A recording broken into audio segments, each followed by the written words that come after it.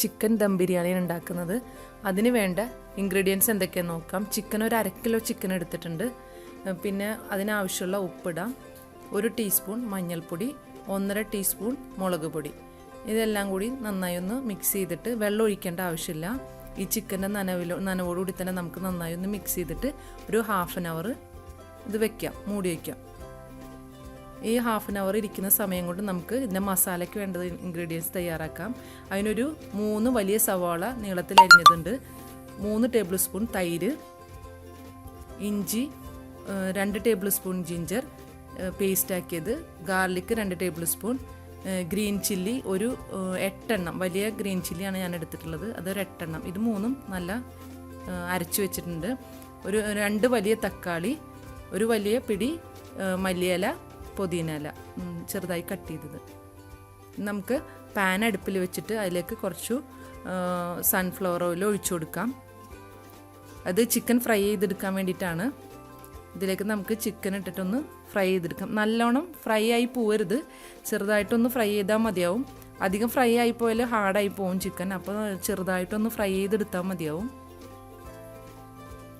ഇതിലേക്ക് ചിക്കൻ ഇട്ടൊന്ന് ഫ്രൈ ചെയ്തെടുക്കാം. ഈ ഫ്രൈ ചെയ്ത എണ്ണ ഉപയോഗിച്ചിട്ടാണ് ഞാൻ മസാല റെഡിയാക്കുന്നത്. അതുകൊണ്ടാണ് ഞാൻ ആദ്യം ചിക്കൻ ഒന്ന് ഫ്രൈ ചെയ്തെടുത്തിട്ട് അതിന് ശേഷമാണ് ഞാൻ മസാല റെഡിയാക്കുന്നത്. ഇതൊന്ന് തിരിച്ചിട്ടൊന്ന് ഫ്രൈ ചെയ്ത് കൊടുക്കാം. ഇപ്പോൾ ഇത് ഇത്ര ഫ്രൈ ആയാൽ മതിയാവും. ഇപ്പോൾ ഓൾമോസ്റ്റ് ഫ്രൈ ആയിട്ടുണ്ട്. ഇത് നമുക്ക് കോരി മാറ്റാം. അതിന് ശേഷം ഒരു പാൻ അടുപ്പിൽ വെച്ചിട്ട് ഈ ഫ്രൈ ചെയ്ത ഓയിൽ നമുക്ക് അതിലേക്ക് ഒഴിച്ചു കൊടുക്കാം.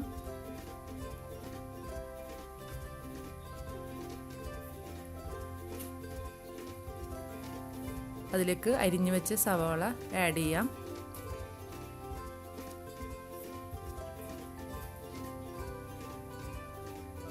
സവാള ഒന്ന് വഴന്ന് കിട്ടാനും മസാലയ്ക്ക് ആവശ്യമുള്ള ഉപ്പും ഞാൻ ആഡ് ചെയ്ത് കൊടുക്കുന്നുണ്ട്. ഉപ്പ് ആഡ് ചെയ്യുമ്പോൾ സവാള പെട്ടെന്നൊന്ന് വഴന്ന് കിട്ടും.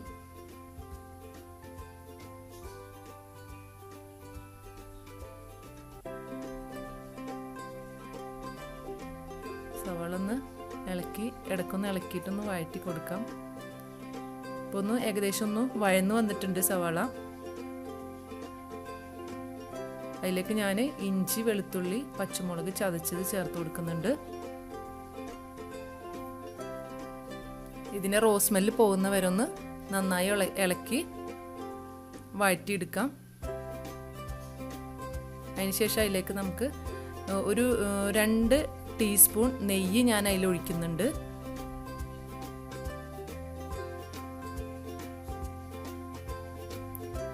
അതിലേക്ക് അരിഞ്ഞു വെച്ച തക്കാളി ആഡ് ചെയ്ത് കൊടുക്കാം.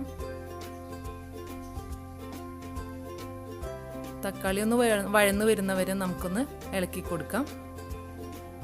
അതിലേക്ക് തക്കാളി വഴന്നതിന് ശേഷം മല്ലി, പുതിന ചേർക്കുന്നുണ്ട്. നന്നായി ഒന്ന് മിക്സ് ചെയ്തതിന് ശേഷം നമുക്ക് അതിലേക്ക് തൈര് ആഡ് ചെയ്ത് കൊടുക്കാം. എടുത്തു വെച്ചിട്ട് തൈര് ചേർത്ത് നന്നായി ഒന്ന് മിക്സ് ചെയ്യാം.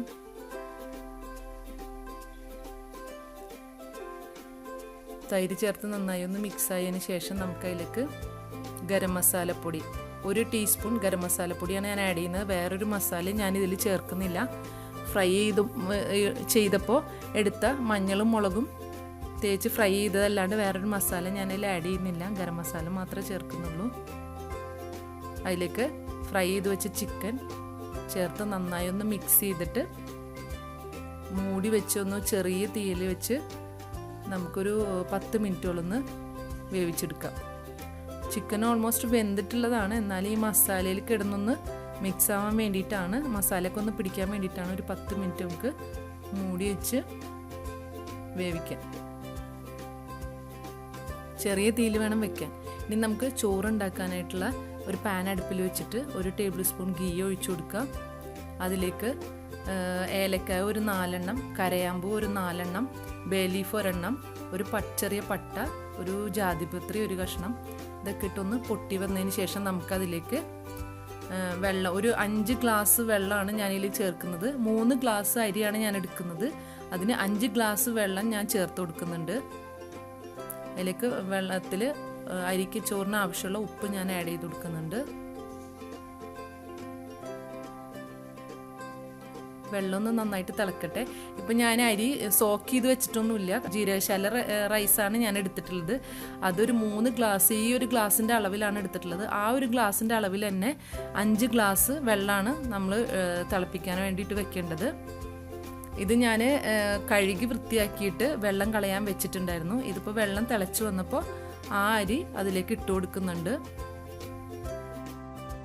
ശേഷം നന്നായി ഒന്ന് തിളച്ചിട്ട് നമുക്കിത് മൂടി വെച്ച് ചെറിയ തീയിൽ വെച്ചിട്ട് വേണം വേവിച്ചെടുക്കാൻ. ഇത് അതിൻ്റെ ഇടയിൽ 1-2 പ്രാവശ്യം നമുക്കൊന്ന് ഇളക്കി കൊടുത്താൽ മതിയാവും. അധികം ഇളക്കേണ്ട ആവശ്യമില്ല. ഇത് നമ്മുടെ ചോറ് നന്നായി വെന്തിട്ടുണ്ട്, നല്ല സോഫ്റ്റായിട്ട് വന്നിട്ടുണ്ട്. ഇനി നമുക്ക് ദമ്മാക്കാനുള്ള എല്ലാ ഇതും റെഡി ആയിട്ടുണ്ട്. ഇപ്പോൾ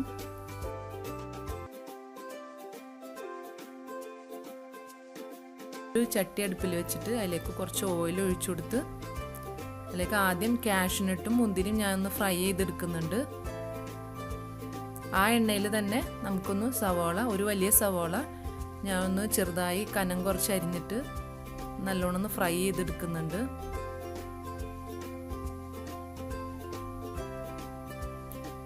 ഇടയ്ക്കൊന്ന് ഇളക്കി കൊടുക്കണം. കരിയാണ്ട് നമുക്ക് നല്ല രീതിയിൽ ഫ്രൈ ചെയ്തെടുക്കണം. ഇപ്പോൾ ഓൾമോസ്റ്റ് ഫ്രൈ ആയി വന്നിട്ടുണ്ട്. നമുക്ക് ഓൾമോസ്റ്റ് ഫ്രൈ ആയിട്ടുണ്ട്. നമുക്ക് കോരിയെടുക്കാം.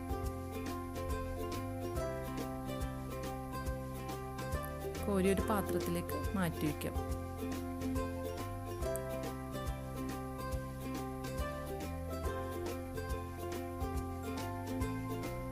ഇനി നമുക്ക് ദമ്മാക്കാനുള്ളത് റെഡിയാക്കാം. ഞാൻ മസാലയുടെ മുകളിലായിട്ട് ചോറിട്ട് കൊടുക്കുകയാണ് ചെയ്യുന്നത്.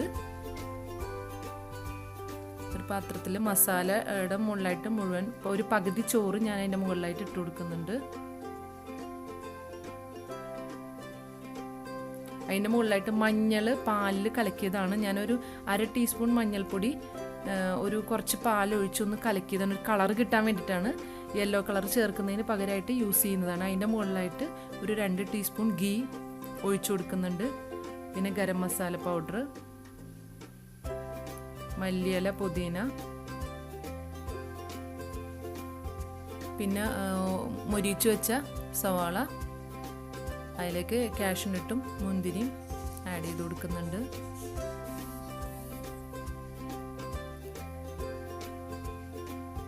അതിൻ്റെ മുകളിലായിട്ട് വീണ്ടും റൈസ് ഇട്ട് കൊടുക്കുന്നുണ്ട്. അത് നിങ്ങൾ 2 ലെയറിലാക്കി ചെയ്യണമെന്നുണ്ടെങ്കിൽ മസാല ഇട്ട് അതിൻ്റെ മുകളിലായിട്ട് നമുക്ക് റൈസ് ഇട്ടാൽ മതിയാവും. ഇത് ഞാൻ മസാല ഏറ്റ അടിയിൽ അതിൻ്റെ മുകളിലായിട്ട് റൈസ് ഇടുന്നത്. വീണ്ടും നമുക്ക് അതേ പ്രോസസ്സിൽ തന്നെ ചെയ്യാം. ഈ കളറിന് വേണ്ടി മഞ്ഞൾപ്പൊടി, പാലും കൂടിയുള്ള മിക്സും, പിന്നെ ഗരം മസാലപ്പൊടി, ഗീ, മല്ലിയില, പുതിന, പൊരിച്ചു വെച്ച ഉള്ളി, അങ്ങനെ ഓരോന്നായിട്ട് ഇട്ട് കൊടുത്തിട്ട്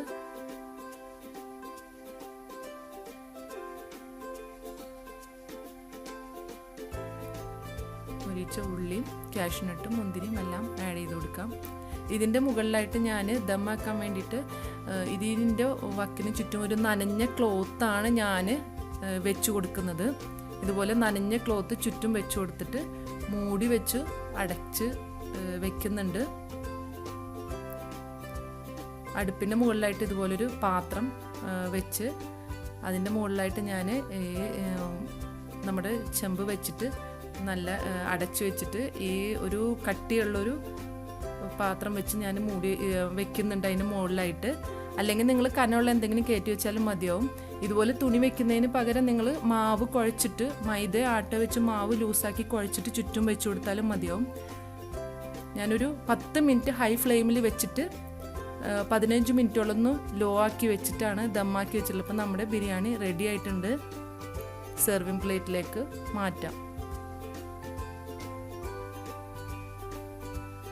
മസാല ഞാൻ ഏറ്റവും അടിയിലായിട്ട് മസാല ഇട്ട് കൊടുക്കുന്നുണ്ട്.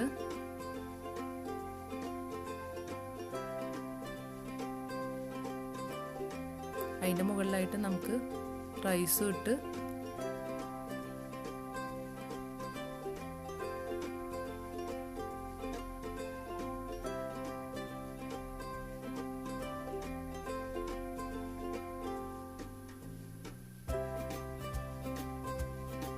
മൊരിച്ചതൊക്കെ ഇട്ടൊന്ന് ഡെക്കറേറ്റ് ചെയ്യാം.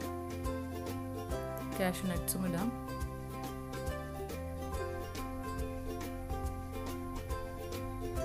അപ്പം നമ്മുടെ ദം ബിരിയാണി റെഡി ആയിട്ടുണ്ട്. എല്ലാവരും ഒന്ന് ട്രൈ ചെയ്ത് നോക്കാം. നല്ല ടേസ്റ്റുള്ളൊരു ബിരിയാണിയാണ്. എല്ലാവരും ഒന്ന് ട്രൈ ചെയ്യാം.